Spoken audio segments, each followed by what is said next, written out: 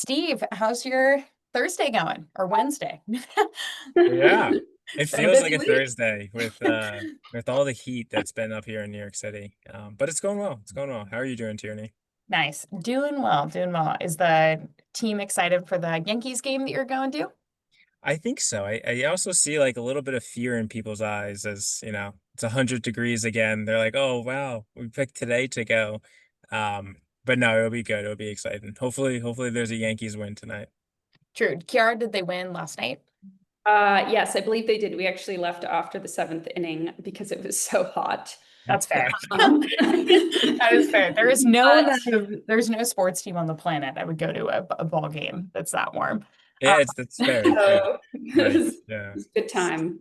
All right. Well, we are a couple of minutes in. I know folks have been joining. We're excited to kick this off. We have heard time and time again from accounting teams that financial operations, accounting operations are roles increasingly on their teams, are focuses of where they want to head. And so when we were thinking about who should we bring in to talk about standing up accounting operations, probably no one better that we have chatted with than the public.com team. So we have a great webinar today focusing, working with Steve on laying out what is accounting operations, the roadmap that his team has had, tactical tips and tricks. And so let's jump straight in as we get the screen share up and running and I get that successfully. Would love for folks in the chat to post whether or not on a scale, or actually not whether or not, on a scale of 1 to 10, sort of their familiarity level with accounting operations. 1 meaning I am hearing this word today. 10 meaning I work in accounting operations and could also join this webinar. So would love to see some folks. This will also tell us whether or not our chat is working, which if you've been to previous webinars is a constant challenge of ours. All right, do we have anyone rolling in? 1 to 10, familiarity with accounting operations. Should we like start a drum roll? Here we go. We got a couple. Okay, 8, 8, 9, 8, 8, 5. Okay, sweet. We got a lot of eights. Awesome. Well, people were putting eights and nines in the comments. 9 from Nathan. We have an 8 from Rupa, Corey Griffin. Awesome. Daniel Kim. Anyone who has an 8 or a 9, I would love to see chiming in on the comments as we're asking Steve questions and going through this too, because always find the best webinars are sort of crowdsourcing some info in addition to our guest speaker. Okay, so with that, our roadmap for today's call, we're first going to talk a little bit about what is accounting operations versus accounting. Given the level of existing familiarity with folks on the call, we're not going to spend a lot of time here. We're going to immediately then jump into accounting operations in practice. So Steve's going to talk about some of the work that the public.com team has done here, and then a roadmap on how to roll out accounting operations at your company, some of the tips and tricks. And then the fourth final point here is this is clearly a trend, like leaning greater or leaning more into accounting operations work is increasingly expected. And so how can you as an individual begin to capitalize on this existing trend? And we'll wrap it up with some Q&A. So with that, if you have questions at any point as we're going through, feel free to drop them in the chat or in the Q&A, and then we'll round up a couple at the end. So with that, let's starting off with Steve. Would love to hear a little bit about your background. Intro yourself to the group of folks we have. Yeah, of course, of course. Super excited to chat today and to, virtually meet a bunch of people. So, yeah, obviously I'm Steve Nolan. I lead our accountant operations here at Public, and I've been here for the past 3 years, really focusing on more of the accountant operations in the past year. And prior to that, and I guess let me shift. CPA here in New York and been in the corporate finance and accounting space for 10 plus years. So yeah, excited to speak. All righty. So with that, figured we'd start your title, accounting operations lead, one that is increasingly common, but not everyone is in a full accounting operations role. So would love maybe to hear a little bit about your pathway to this point. Yeah, of course, of course. So focusing on my time here at Public, I joined, as I said, 3 years ago. I joined as a senior manager of accounting, and I was really focused on a M&A that we had back then, and integrating the subsidiary, which had 120 legal entities into our holdco's instance. So a ton of purchase accounting, a ton of really advance intercompany reconciliations, consolidations, just getting everything mapped correctly. And also was the finance liaison for this newly acquired entity. So not just looking at them from an accounting point of view, but trying to add value to their organization and trying to add value from, what is their product? How can I help? Right? Just kind of an all hands on deck type approach. So I was super excited about that opportunity, and that's what led me to public. And then from there, just started to pick up some ad hoc jobs here and there. Realized that there was a need for really kind of like an enhanced procurement function. And so I jumped into that, kind of did a lot of revamp there. And then as my time has continued at Public, took more of like a treasury focus, especially for the SVB Signature Bank fiasco. If anyone on the call remembers that a few years ago. I actually got through to SVB on the call that day on the phone. It's a fun fact, but anyway. And then, as we shift into kind of our current state, we have two huge buzzwords in the tech space from the accounting stack, right? The continuous close and AI.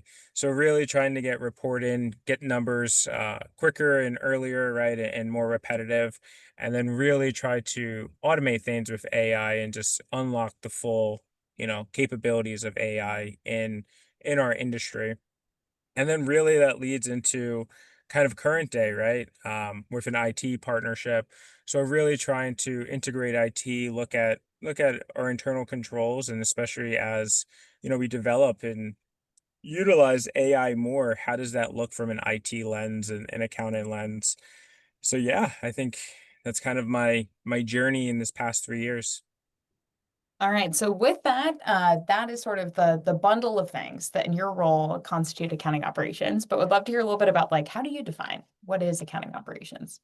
Yeah. I make a lot of analogies. Sometimes they're quite poor, as my wife tells me. But I like to think of accounting operations as the tracks for the train, right? And just really, and it's so much more, right? Like it's obviously keeping accounting focused towards the goal, right, in the department, but really just looking at looking at everything, trying to create, efficiency, make sure that we have the best in class tools, make sure we're collaborating correctly, and adding value to the business outside of our department as well. So it's really encompasses a lot of different things. All right. And then what does that look like in terms of your given day or week or month?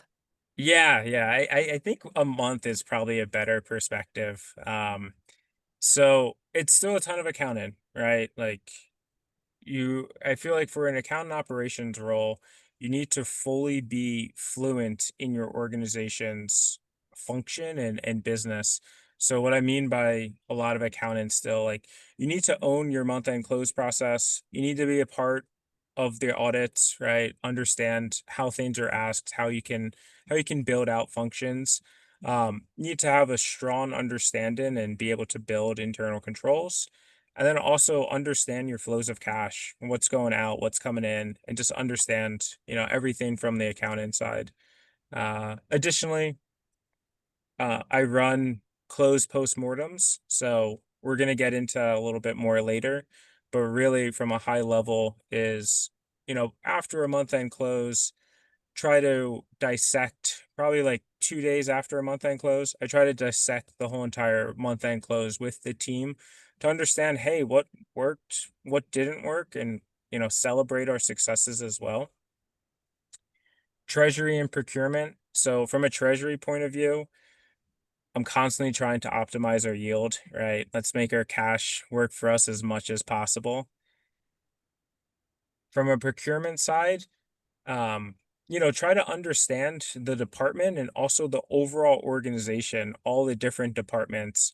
What are their needs for tools? How can I assist them? Can we potentially get some cost savings and just ensure that we're right sized on all of our contracts coming through? And then AI, right? As I said earlier, one of these big buzzwords of 2025. um, yeah, I'm constantly searching for AI tools to, help improve our tech stack, also improve the company's tech stack as well.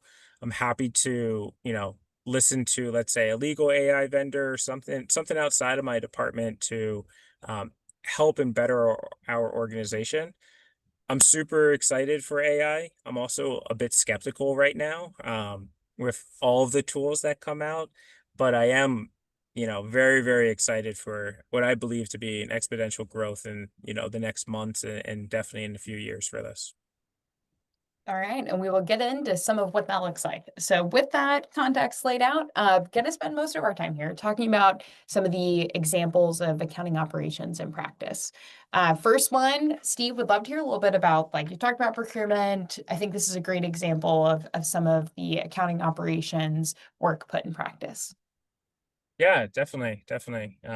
So if we go back a few slides ago, I spoke about procurement, right? And I felt like there was a need and a fit, right, for someone to help out with this. When I joined public, we actually had everything outsourced at that time. And really, I believe that didn't give the owners of the contracts the visibility and the true ownership, which can lead to, not having right size contracts and some increased costs and everything.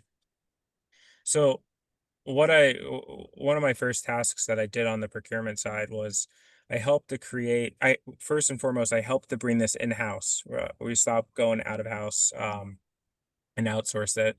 And we created a very manual Google survey, which I'm laughing because um, it gave us all the information that we needed, but it was quite manual at this time.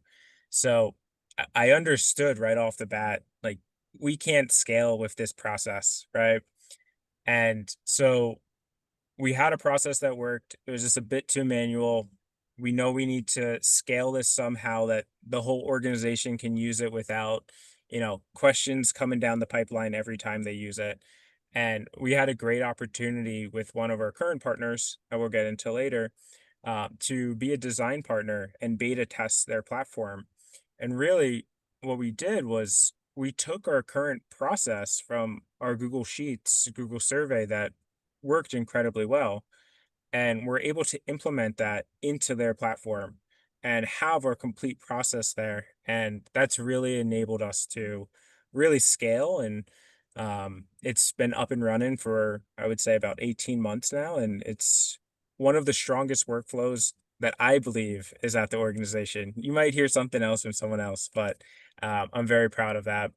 And, you know, I see down here the crawl, walk, run adoption. I'm one of the key things with this, right? And this flow from, an outsourced process to now take making everyone like, perform it themselves in this manual process. There's there's a ton of pushback initially, right? And really I realized and what I tried to do to solve that was tried to work with everyone and just really be a good business partner. What are some of the manual things? What are some things that, maybe I know that legal is asking that maybe this business owner doesn't know? And I would just pitch in, help out. And from there as well, I would always, be more than willing to help, negotiate or lead negotiations, whether it be in my department or a completely different department with the vendor if one of my colleagues was kind of at capacity. And from there, like, I really feel like that built a lot of trust. And now to like, as I said, like we're fully up and running for about 18 months. I don't need to do that as much. And I feel I don't have any children, but I feel like a proud parent a little bit of this workflow. All right. I think quite a few macro stories there around like partnering with vendors, thinking about how to adopt. Next example, something you hit on the top was how your team thinks about AI and particularly what that looked like in the early days of ChatGPT. Yeah, yeah. So I have like a vivid memory. I think it was like in December of 2022. Yeah, when ChatGPT, pardon, like was first announced and everything, and we have like an internal finance Slack channel with all the finance departments, and our CFO just asked the question like, "Hey, what can we use this for?" And I had some ideas like, such use cases of taking some accounting policy, explain like I'm five, um, you know, talking through some of your controls with ChatGPT and try to, pressure test them a little bit. And then some other team members had great ideas as well, such as, hey, let's look at competitors' 10Ks and see how they record certain transactions on their audited financials. And just a great dialogue, great open dialogue in this Slack channel. And what I thought was super cool, and at this time I was only at public for about 4 months, was my CFO, was just like, all right, like go get it, guys. Like, come on, let's start testing it. And I think that was tremendous, tremendous leadership, but also like tremendous on everyone here at the team. Now I feel like it's been one of our main tools, and we were such early adopters. We utilize ChatGPT in so many different ways, but some of the huge wins and huge successes are tons of Excel macros, some Python scripts, really looking at a ton of manual work that's repetitive, and using ChatGPT as a tool to help you kind of, automate this. None of us are programmers, but ChatGPT really actually, is quite beneficial for our productivity and for our work. All right. And then if you think about beyond ChatGPT, how you think about when you need to add headcount, when you look to AI. I know this was a topic of conversation we talked about. Steve, would love for you to hit on this. Yeah, no, definitely, definitely. Um, yeah, so I mean, first and foremost, I want and the team wants to automate as much as we can, right? How can we automate repetitive tasks? How can we free up space? How can we continue to get quicker with the same level of accuracy? Right? I think AI is really unlocking that. However, it comes a time where you do hit capacity. You might be able to automate, I don't know, 10, 20 workflows, but if you're still in charge of those 10 and 20 workflows, it's still hard to review everything, right? I don't think you can fully just automate and say, this works perfectly. There still needs to be a human element of it. And so I think this quote puts it perfectly. Like, we look to automate, we look to be agile. Once we hit capacity, like, we look to hire as well. And specifically, where have you found AI is not quite there yet in terms of being able to tackle?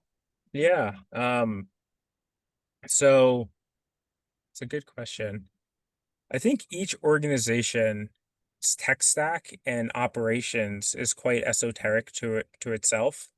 And I don't feel like all the AI products right now kind of let me rephrase that. Most of the AI products in the kind of the landscape and everything are trying to get the large majority of customers and clientele. And if each organization is esoteric, it's just hard to fit the system's, specific architecture and thinking, right? Um, Additionally, I feel like it's hard to grasp the full context still. So if you get a question, if you get asked to do something, or you get asked to perform certain flux, you might understand where the question is coming from.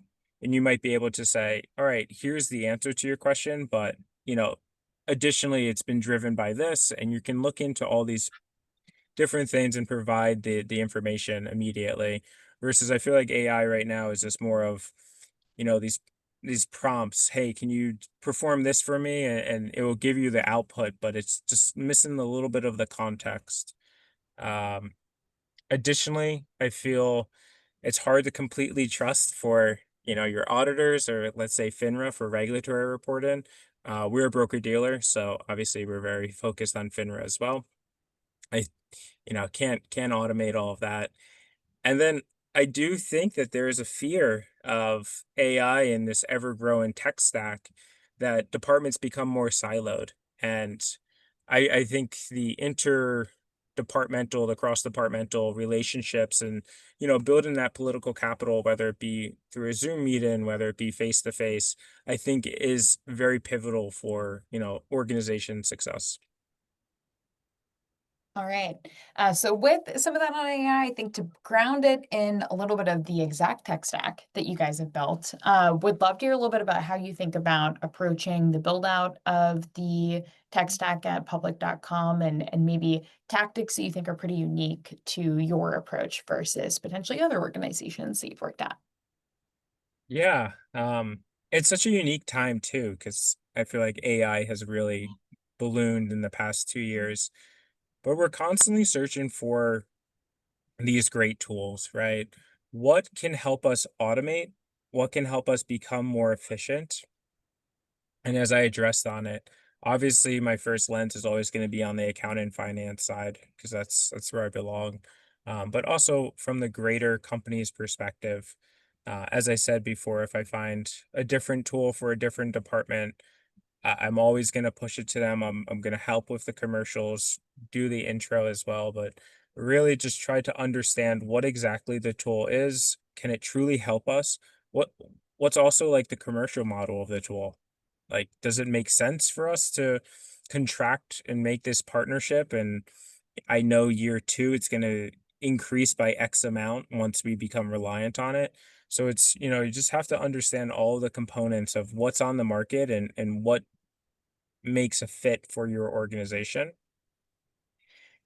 And then also, I think your second point here on being an active role in road mapping, I think this is a really great point and something that I push everyone to do. Look at your current partnerships. Communicate to them like if they're adjacent to the workflow that you're trying to solve, go to them and say like, "Hey, what are you guys doing for this process? I have a real need for this. We need to solve it. It's quite manual. It's taken a lot of resources from my team." I haven't really had a situation where the vendor or partner has not come back and said, "Oh, like, you know, we've thought about it. We don't really we're not really putting resources towards it right now, but we would love for you to be a design partner and, you can beta test some things and tell us your thoughts and everything." And I think that's been extremely beneficial for us. I think it's also extremely beneficial for the partner as well. It's a very win-win situation. We actually, have been performing that with numeric as well, Tyranny, as you know, especially on like the cash matching tool, which I think will unlock a lot of time saved for us and also unlock, huge potential for numeric. So, pardon, yeah, I really push everyone on this call to push their existing vendors and partners. Watch immediately after this, our product team say, Tierney, we can't do these webinars anymore. Like, Yeah, we're right. getting too many requests.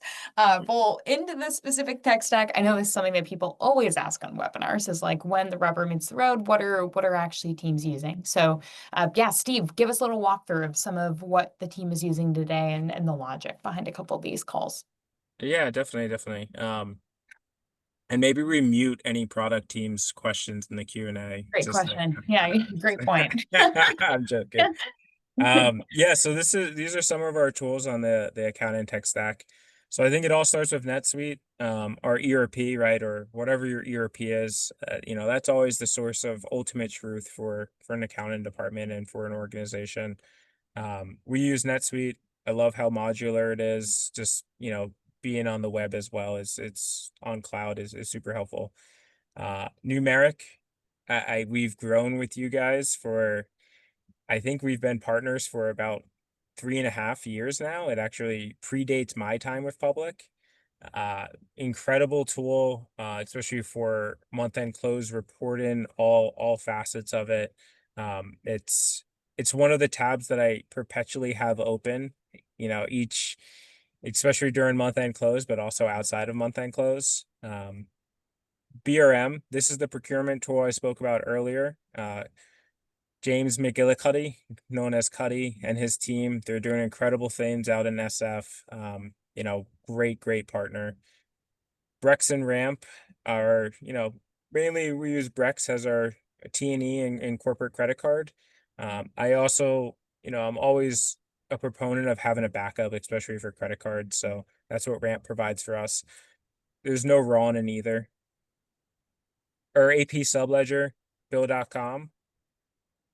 And then finally, a new partnership we have in 2025, which is Apprentice, which great company, Asaf and his team, they're building agentic AI tools that are able to automate a ton of manual Excel workflows and actually completely automate it. We've put a few workflows their way and they've saved us countless hours. So super excited to continue that partnership. All right. And the impact of all this, not just, ability to have a set of cool tools, but would love to hear a little bit about some of the results from implementing more of the tech stack that you have in place.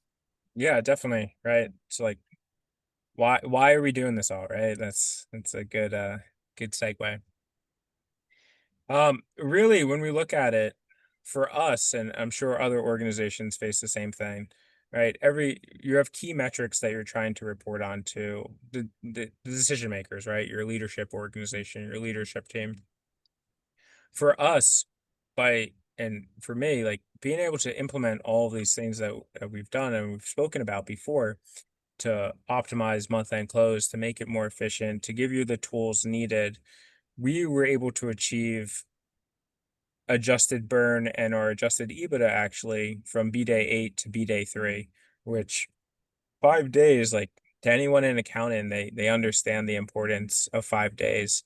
But when you take kind of like a step back and look at it, B day 8 with weekends, that might be the middle of the month. So you might be able to get your leadership team information, vital information on 3 days into the month that they can then make some agile decisions for the organization versus historically, we're given that information to them on the 12th to 13th of every month where we're already halfway through the month. So it's a huge win. It's a huge value add to the organization. And we haven't had to sacrifice any accuracy as well, which is the most important thing. All right. And then finally, I think the last example in practice here, something that really impressed me in talking with you, Steve, is how involved you are in new product rollouts. So I'd love for you to share a little bit about what that looks like. Yeah. So a little shameless plug as well. If anyone is not familiar with Public, I call it just public.com. But we're an incredible organization. We release products all the time. I think we have, and I'm looking out at everyone right now. Um, I think we have a best in class and every department, incredible company. And one of the key things that we do is we're so quick to the market with new products. And really, in my seat, that can be stressful at times, right? You're an accountant and you realize, oh, wow, we have this new revenue stream. Well, what's the process? What's the workflow? And really, in my 3 years here, I've really tried to, and I've been successful at it, in trying to, be more active and be a part more upstream. What's coming down the pipeline, and really be a business partner and work with the product team or whoever is releasing this new product to understand, like, hey, here's how the flow of cash works. Here's the flow of funds. What do you guys need from us? Understand where it fits in your internal controls, and you know see what you can help and assist with. Like, just don't show up and say, that's not going to work. We can't do it that way. I think having that positive approach and, saying yes, but you can't say yes to everything. If it violates all of your internal controls, you need to, communicate that. But I do think that there is a way that you can be a great business partner, work at everything upstream before, just getting overloaded downstream with the decisions already made. This is how we're running and this is how we're live. And then if you have to change it after that, that's just a waste of resources for the organization. All right. Well, with that, I'm sure a lot of people are wondering, how can I get in a room when products are being rolled out, or how can I do some more effectively? And so, want to transition into a little bit of the roadmap of how to get started, depending on where people are at with their existing accounting team, and maybe beginning with what does typically that journey look like on the pathway to having really robust accounting operations. Yeah, definitely. So when I look at this slide, I see see the ad hoc, and maybe you should have put this in red, because I feel like at that point you're just kind of chasing around and you're putting out fires. Because really, if you're an early team, you're just really trying to understand, like, hey, how can I get stuff done? What's what is the flow of cash? What are our workflows? Like, I just need to breathe. I need to get stuff done so I can focus on some other things. Um, and then from there, I think you start to develop. For us at this point, numeric was super helpful in documenting all of our workflows. Well, we have 5 processes that are on B day one. Like, what if we space one out? What's actually happening? Pardon, a reconciliation tool, etc. Start to build out your controls and just understand everything that needs to happen in a more centralized way. And I think from there, you can really start to look at the processes and the workflows and say, how can I be more efficient? I think this right here is where a lot of organizations are, especially with, the full flux of AI coming out. Really start to look to automate. How can I create efficiencies? How can I free up time? And really, then you go into more of the proactive, which is, to me, ultimately, how can I get data to decision makers earlier that doesn't sacrifice any accuracy so the organization can make agile decisions? All right. And kind of already hit on this, I think, Steve, but talking about where should people begin and really mapping out that initial process. Up next, you talked about cash. Yeah, cash is king. Cash is king.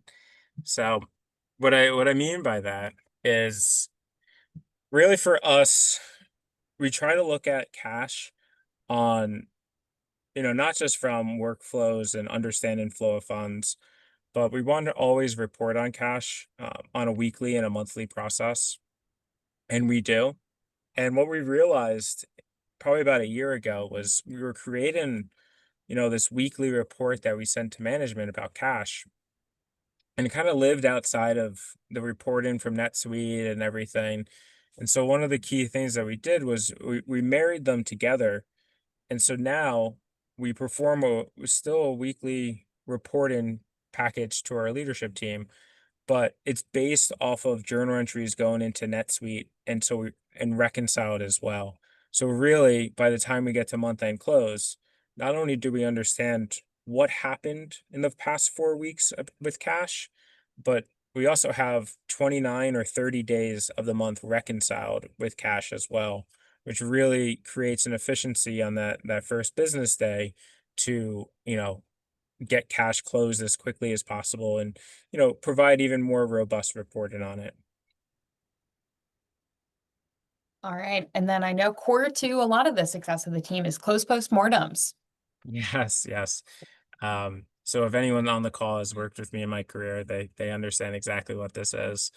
But really, I try to have a meeting probably about like 2 days after month end close is wrapped up.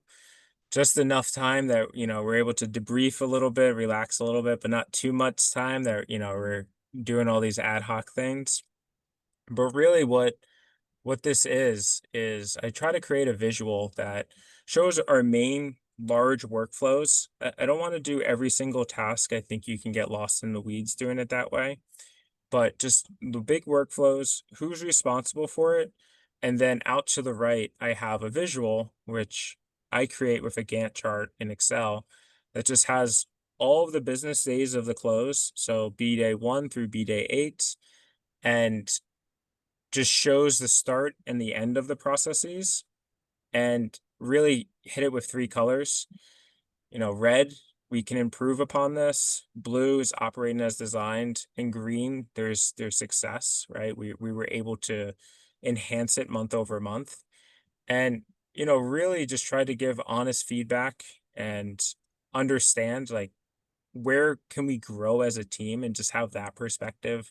I never have wanted this to be like, hey, X, Y, and Z, you gotta speed up here, right?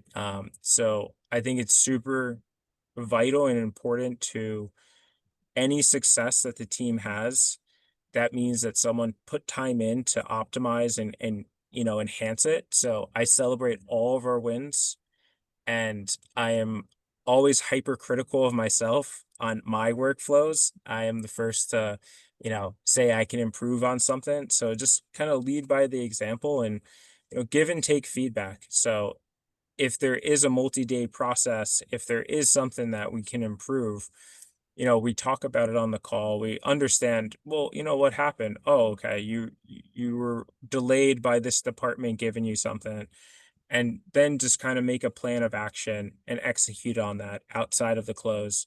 So the next month we can all be proud and happy that we've made progress, or we need to go to the drawing board again and come up with a new process. So I think this is super important, super has been super helpful for our team's growth. Awesome. All right. And we'll skip past the accounting culture because I think we've touched on a couple things that make the public.com team really special.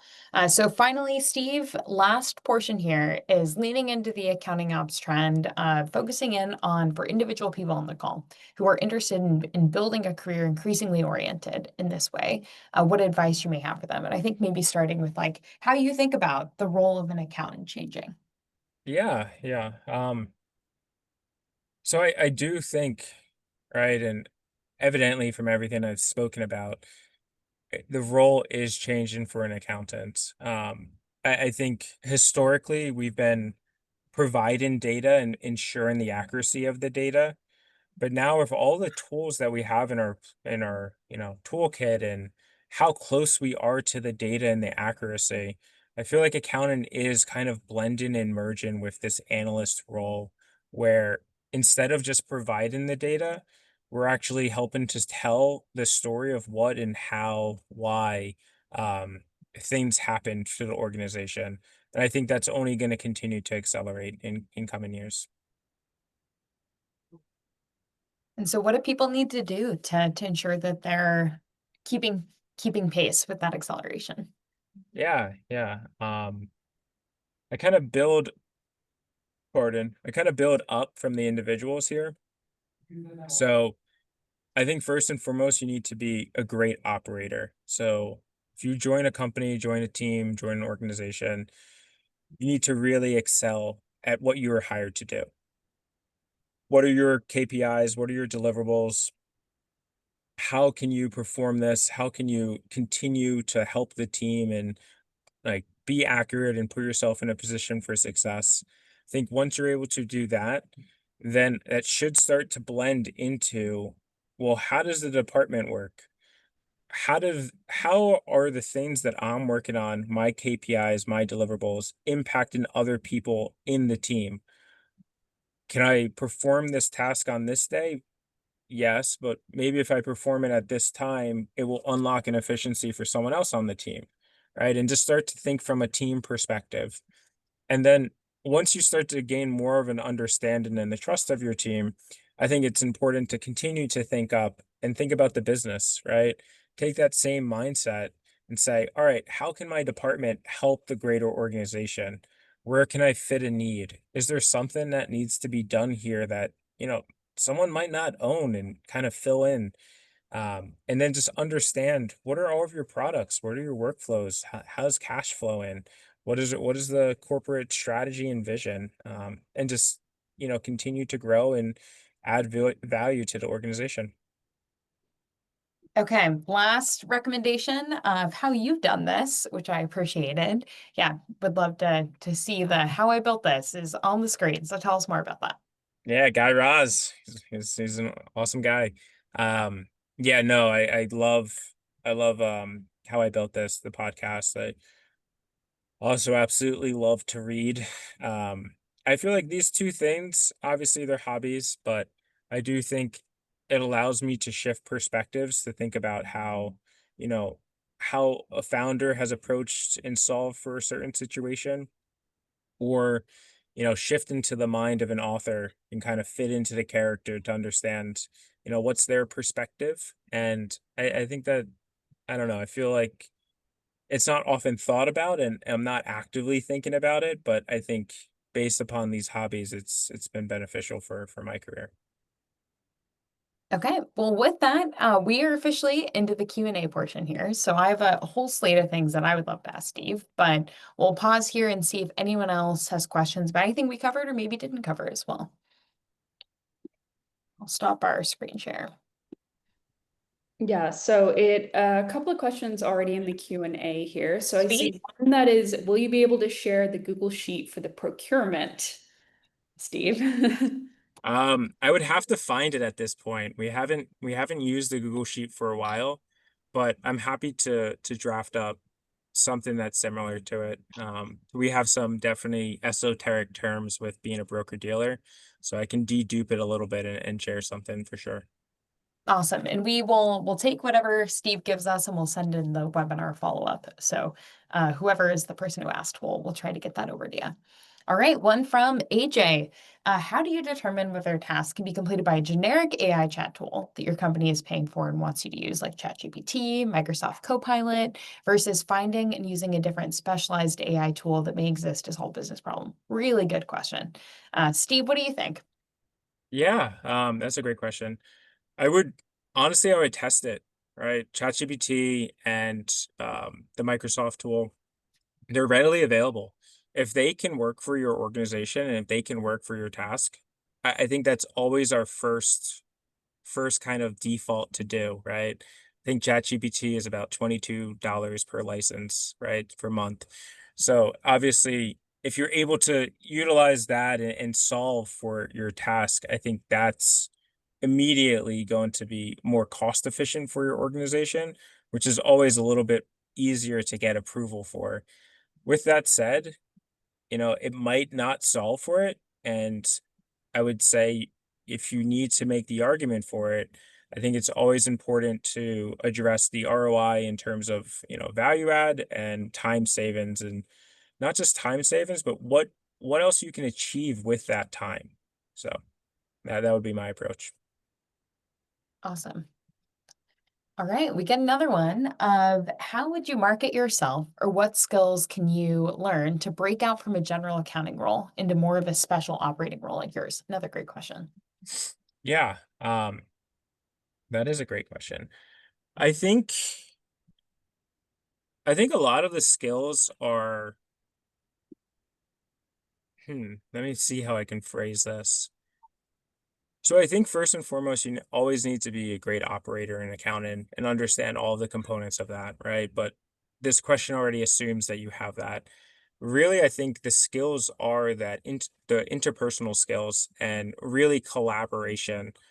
Understand how people work, understand how individuals work at your organization, who you need help from, how you can help them, and just really start to kind of build up that, help function, even if it's outside of your specific role, but just really start to work on the interpersonal and, the developmental of those skills, I think have been incredibly helpful for me. Awesome. Anything you've done specifically, Steve, to that effect, to help build up those skills, whether they be particular books, leaning into, I don't know, casual coffee chats as much as you can in the in-person public office? Yeah, no, exactly. Like I don't think you'll achieve everything from, reading. I feel like for some of those things you need to really get in front of people. So yeah, no, I mean I'm constantly trying to talk to people, especially new people at the organization. I go introduce myself, try to, make a little bit of a small talk with them. Um, and yeah, just we have a good culture here in the sense that everyone eats lunch together, so it's a little beneficial in that way. But even in prior roles, right? I haven't been at public my whole career. Just try to, go talk to people. It could start with people that are adjacent to your role in a different finance specific. Understand what they're doing, understand what interests them, and just continue to grow from there. Awesome. All right. Well, with that, speaking of eating lunch together, I think for quite a few people, we're getting pretty close to that. Oh, Richard, just before we wrapped up, had one more question. So we'll do this one and then we'll wrap up. But Richard's question is, how are you maintaining knowledge transfer between team members, as there may be times where the SME might be out and need to troubleshoot manually, as some areas are automated now? Yeah, no, great question, Richard. And I didn't touch on this during our presentation, but really cross training. I that's one of the big focuses of my role as well, ensuring that there is a backup, that someone that has the knowledge isn't completely siloed. Honestly, it's a big challenge that our organization faces. We are still quite lean finance team where, there will be times where I might be on vacation, but I still might need to send a Slack message, but really trying to develop cross training so we can avoid that. And Mm. it's not just cross training in the sense of, hey, Steve showed someone how to do this, but record videos, save it into your shared drive, create Google worksheets, and really like highlight the success of those cross training. Because yeah, key person risk. It's as I said, it's a massive risk to an organization. So. All right. Well, with that, we will wrap up, let people go off to whatever else they're running at today. Steve, thank you so much for joining, for sharing a little bit about work on your team. I think I, among many other people, I'm sure, left inspired to go chase down a lot of projects in a similar capacity. For anyone who's been listening, we will follow up with the recording of this as well as the slide deck. We'll try to chase down a Google sheet that feels a little more generic on the procurement side, and then maybe see if we can bug Steve to go get some how I built this specific podcast Rex as well to follow up with. So maybe some of the best ones. Thank you all, and yeah, have a wonderful rest of your day. Thanks, Steve. Thank you. Thanks for having me.